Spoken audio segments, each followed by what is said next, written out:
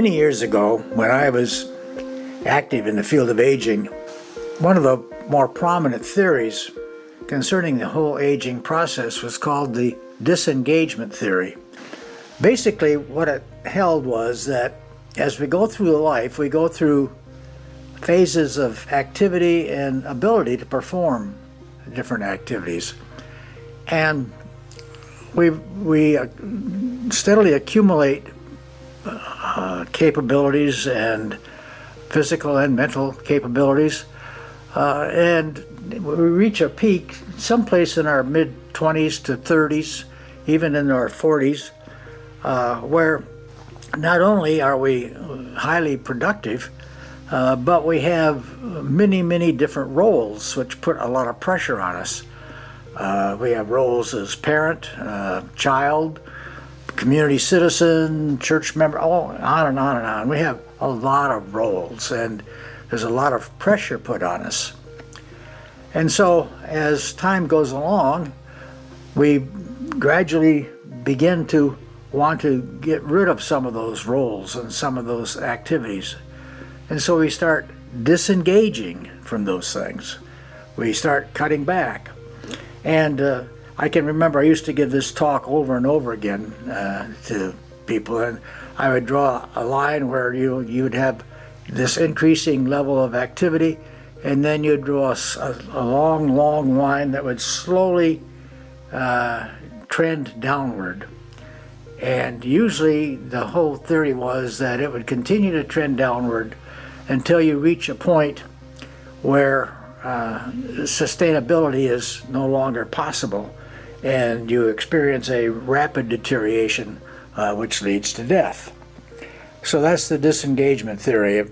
A friend of mine who was director of the Indiana Commission, I was director of the Wisconsin Commission, he's a real witty guy. He said, basically, what happens is that you go along and you think, well, it's a lot of trouble to eat this, so I'm going to stop eating that, and I'm going to eat, softer food, or I'm going to eat more pleasant food, or whatever.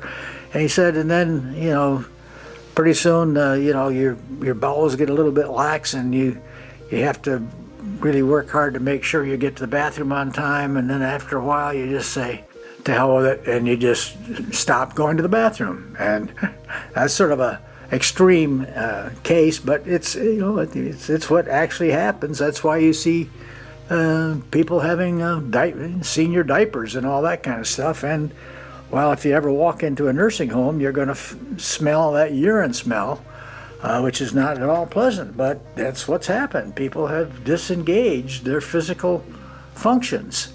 So that's an extreme example. That does not happen that often, but it does happen. When I think about that, and when I think about where I'm at in my life now at the age of 87, I can definitely see some examples of disengagement. I don't get up on the roof to blow off the leaves anymore. I don't climb ladders. There are things I just don't do anymore. There are some things that I really can't do. Physically, I just can't do them. I used to really think I was sort of the protector around the household.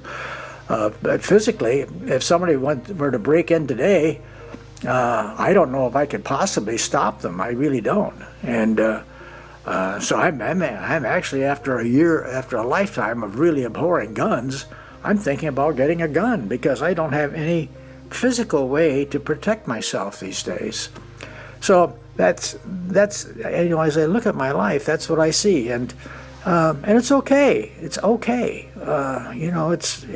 It's part of life. But how does this tie into my spiritual journey? Well, there's a book that I've sort of wanted to write, and I've had it outlined. It's called Retirement: A Spiritual Journey Through the Ages.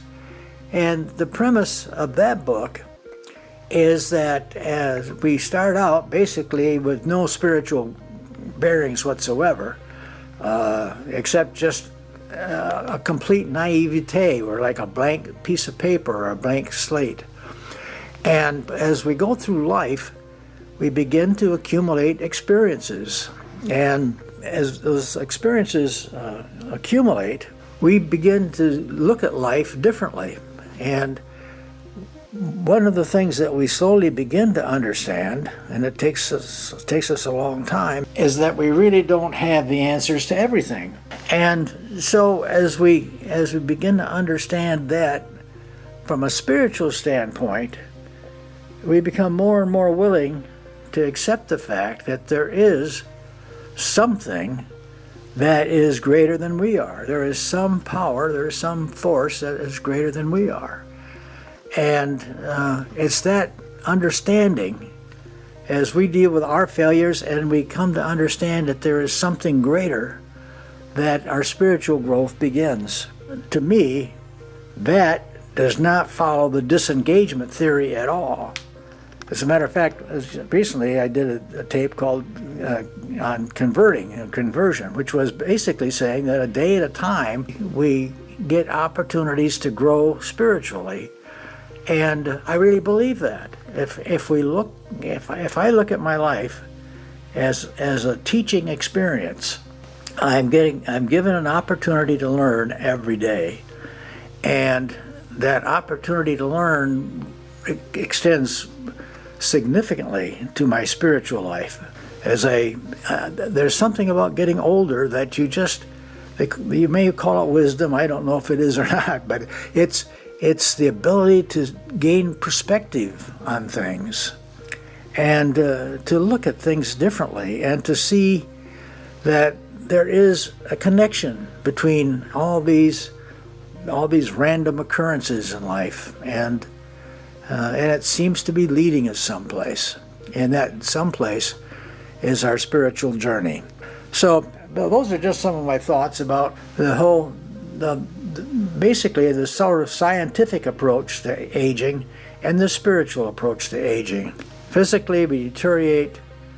Mentally, hopefully we can continue to use our brain and not deteriorate. But spiritually, we have an opportunity to grow and grow and grow until we reach the final point where we die and we achieve all wisdom, because we are now united with that one source of power. That source of power I choose to call God. So I hope you're enjoying your spiritual journey and understanding that growth is an option. Spiritual growth is an option.